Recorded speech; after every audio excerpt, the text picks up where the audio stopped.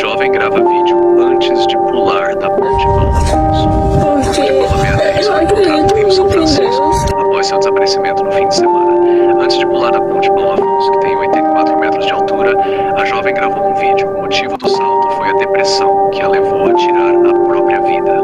Uma dúvida surge: é possível sobreviver a uma queda dessa altura? O recorde de sobrevivência em um salto de ponte registrado é de 44 metros, pertencente ao francês de